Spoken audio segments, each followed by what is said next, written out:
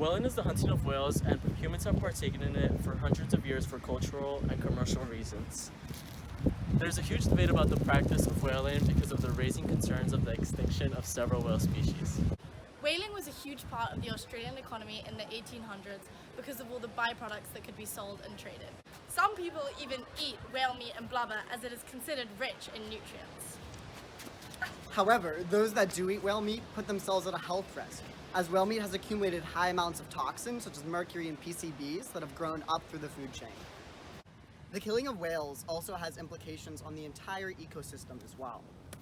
See, whales are distributors of micronutrients, which means that they feed at depths of around 100 meters, then swim to the surface to defecate, supplying essential nutrients such as nitrogen, phosphorus, and iron to organisms such as phytoplankton. Without healthy whale populations, these nutrients couldn't be recycled throughout the food chain. Many people don't know whales are important to the environment because they serve as a large carbon sequestering force. For example, just baleen whales at their pre-exploited level would be removing as much carbon from the environment as a forest of trees 22 times bigger than UNSW.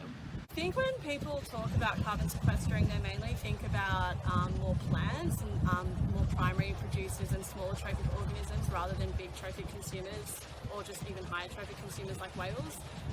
Plants also are maybe easier to measure. They're in one place, they can measure how they can sequester carbon, but whales are very migratory. It's hard to track what they're doing and how much they're eating, so it's probably overlooked because of that. Because whales have been so terribly overhunted and are so essential to our environment, bodies like the International Whaling Commission were created. The IWC was originally established as a temporary prohibition of commercial whaling, but there is now disagreement over its scope. The IWC started really as a fisheries regulatory body, and some people today feel that that's what it still should be.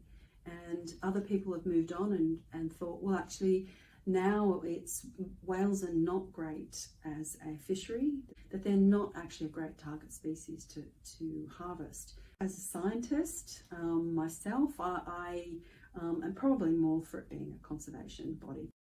The IWC allows for two types of whaling, cultural and scientific.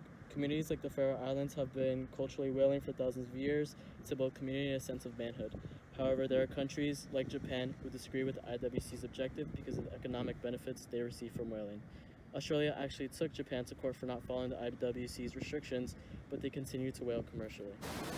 Some whaling may be sustainable, but in order to protect whale populations and their ecosystems, commercial whaling needs to be stopped. Instead of reaping the benefits of direct whaling, countries may be able to capitalize on the whale watching industry. It's important to inform people on this issue because we're running out of time to save our whales!